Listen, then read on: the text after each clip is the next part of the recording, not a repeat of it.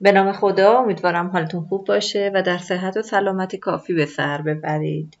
اومدیم آشنا بشیم با نمودارهای اسپارک لاین توی اکسل. اسپارک لاین ها چه جور نمودارهایی هستند؟ در حقیقت اسپارک لاین ها نمودارهای خیلی کوچولویی هستند که توی هر سلول رسم میشن.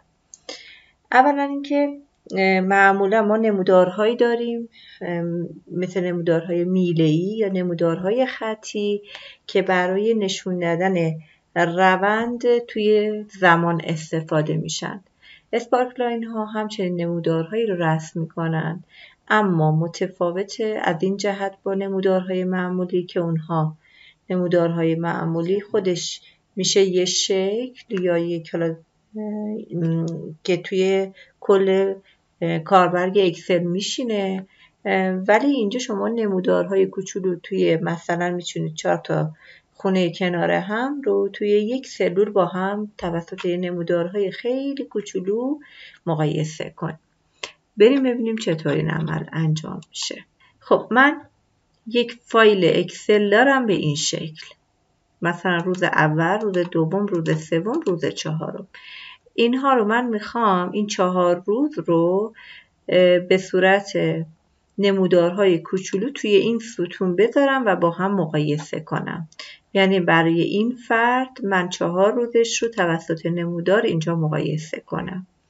باید بیام از اسپارک لاین ها استفاده کنم. اگر مثلا شما اینجا بودید، میرید توی منوی اینسرت، اینجا ما توی این بخش اسپارک لاین ها رو داریم. اسپارک لاین ها به 3 شکل برای شما نمودار میکشه: خطی، ستونی و اینم وینلاس، که ما میتونیم حالا همه رو امتحان کنیم ببینیم چطوری انجام میدیم.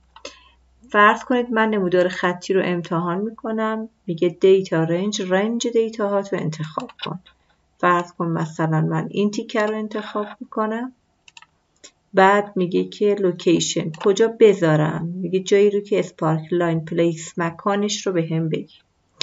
خب من میتونم این رو انتخاب کنم و این مکان رو حالا تا هر جا هست انتخاب کنم و بعد اوکی.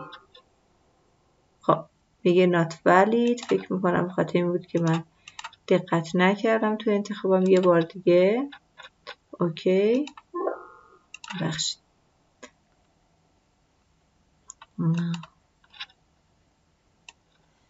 میام اینجا رو انتخاب میکنم، بعد حالا میگه که دوباره محلی که نمودار رو باید بذاره کجا باید باشه. خب به صورت پیش‌فرض خودش یه محلی رو انتخاب میکنه، ولی من حالا میام از اینجا تا اینجا رو میگم اینا رو بر من بذار. اوکی. خب ببینید این نمودار خطی رو برای این خونه ها برای این فرد رسم میکنه به این شکل. خب حالا من میتونم از اینجا هم انتخاب کنم فرمت نموداری رو که به عنوان مثال میخوام، یا مثلا این. خب حالا مثلا خطا رو به این شکل هم میتونم انتخاب کنم. حالا بریم گزینه دیگر رو انتخاب کنیم.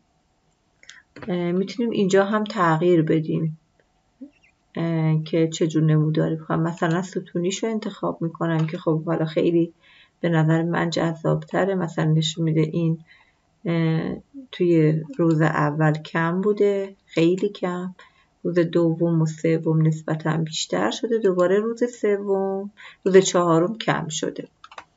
خب این گزینه ویلاس هم انتخاب کنم، به این شکل هستش که میاد میگه شما دیتا رو دارید. مثلا توی 4 روز شما دیتا دارید، کی دیتاتون رو از دست دادید. مثلا اینجا که روز 4 صفره، اینجا اینو به این شکل نشون میده.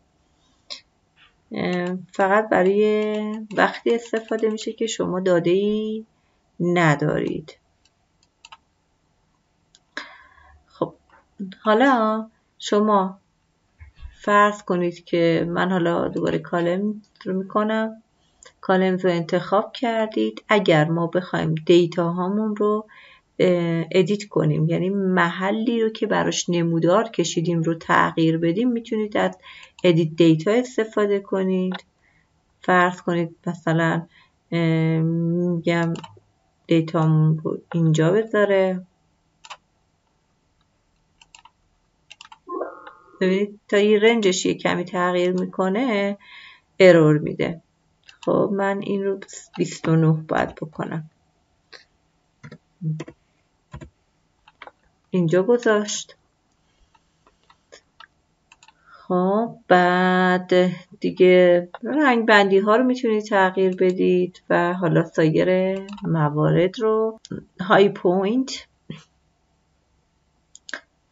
پوینت نقاط بیشترین مقادیر رو نشون میده. لاو پوینت کمترین مقادیر رو نشون میده. من این ستونه یه ذره بلندتر کنم. خب بعد اگر رنگ رو عوض کنید مثلا اینا خیلی متمایزتر میشه. فرض کنید قرمز و اینا رو انتخاب کنم. بعد نگاتیو پوینت مقادیر منفی رو نشون میده. فرست پوینت اولین نقطه، لاست پوینت آخرین نقطه. امیدوارم این آموزش به کارتون بیاد. ممنون از توجهتون. تا مبحث بعدی انشالله. خدا نگهدار.